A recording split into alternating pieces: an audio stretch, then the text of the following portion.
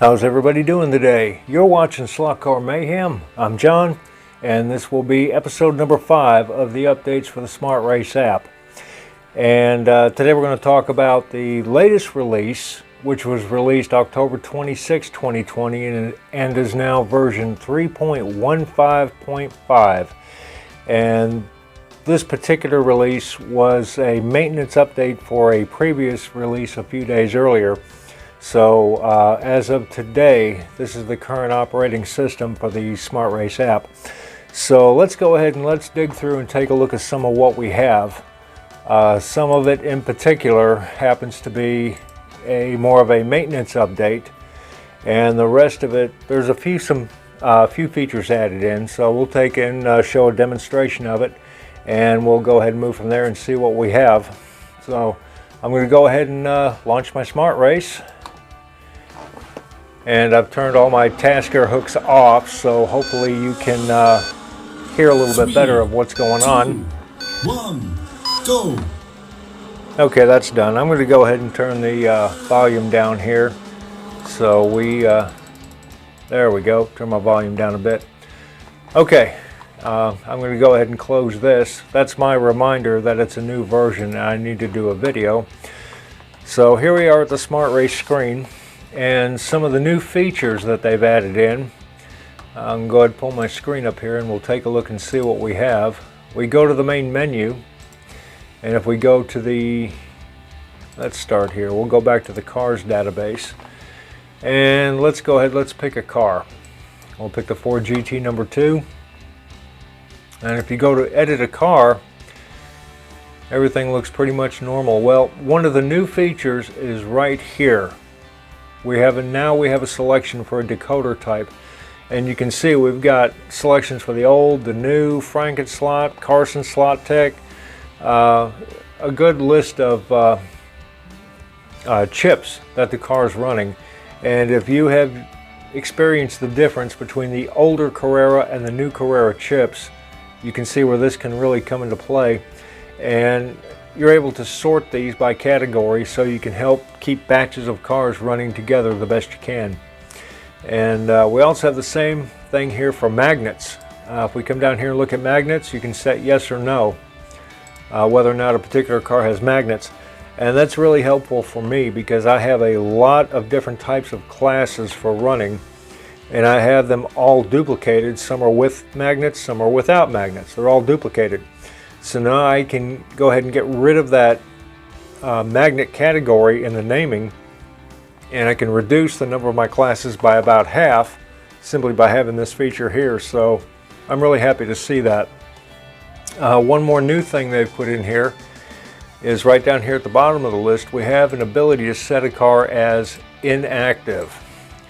And this is really nice if you want to keep your cars in the database, but you don't want to put them in your running rosters. And once that's complete, if you look over here, you can see the car itself is grayed out.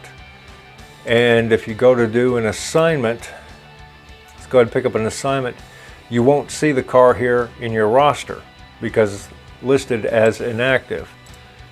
So in order to turn them back on, because now you notice it doesn't show up in the list at all here when you go back to your cars menu, and that's pretty easy to do. Just come up here to your filter selection, and if you go down, you've got a setting for active, and just toggle no, and then your inactive cars will show up, and from there you can go ahead and reset it to active if that's what you wish to do. Good, and we're back to normal. So good. Another new feature here is if we go to the drivers button, we can do the same exact thing over here with the drivers by setting them as a active or inactive driver. And again, the same criteria applies. Where you have to go to your filters if you want to view any inactive drivers here, you can view those by setting your filters. So it's very simple and makes things a lot easier if you want to there we go. So let's close that. Makes things very simple if you want to add or hide your drivers or cars that are not going to be used on a regular basis, and it takes them out of your assignment roster.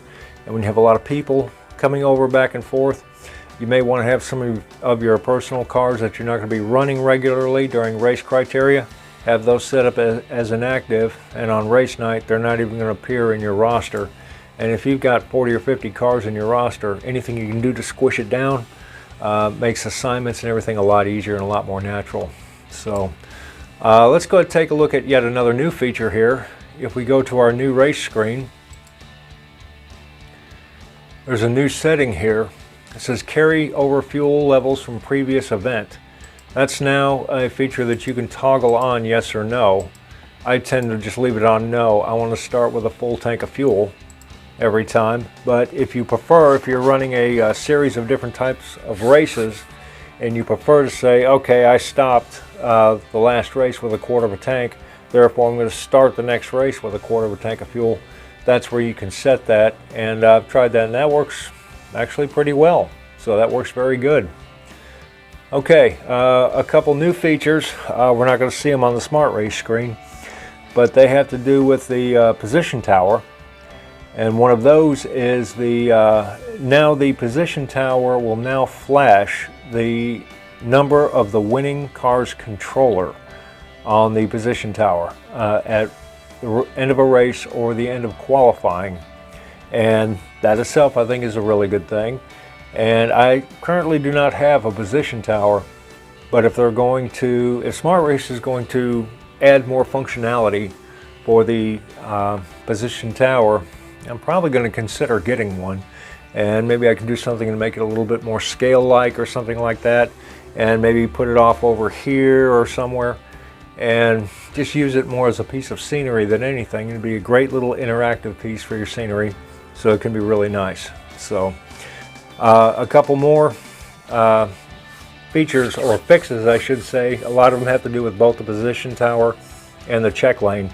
So if there's anybody out there who updates to this new version of Smart Race and you're running a position tower and you're running a check lane, please leave a comment, drop a comment, let me know how all that's functioning together. As more support's getting built in for it, I'm getting more and more excited about the possibilities of what I can and cannot do with them.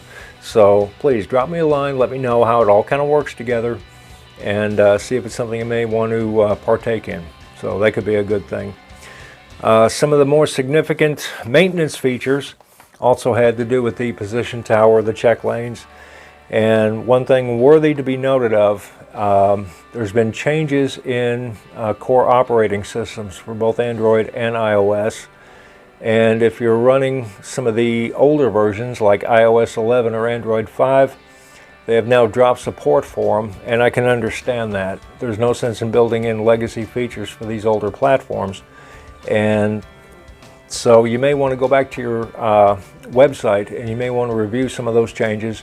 If you're running an older operating system, you may find that things like settings, things like that, may be different or may change, and they're really not going to carry forward support for those older platforms, and that's very understandable. As new features are built into the newer operating systems, it just really bogs things down to keep some of these older legacy features built in. So they're going to have to be migrated as a core, and at some point you got to say, okay, we can't work with this anymore. We're going to move forward, and that's what they're doing here. So if you're running the older operating system, Android 5 and iOS 11, run by the website, look and see what kind of effect it may or may not have, and you may at some point in time want to begin to migrate into a newer operating system, and that's what happens over time, and that's nothing wrong with that at all. But that pretty much wraps this up. Again, I want to give my kudos to Mark for doing one heck of a job on the development of this platform. It's been fantastic. I love it. I've run it very well. It's been extremely reliable. I'm able to work with it with the Android side, with the connections, all the wireless connections and everything. Don't have any issues. And I just, the platform itself to me is becoming more of a hobby than, a lot, and these connections and everything is becoming more of a hobby than, doing this stuff as well. So that makes it nice too. So that'll pretty much wrap up this episode. And if there's anything you guys want to see, let me know.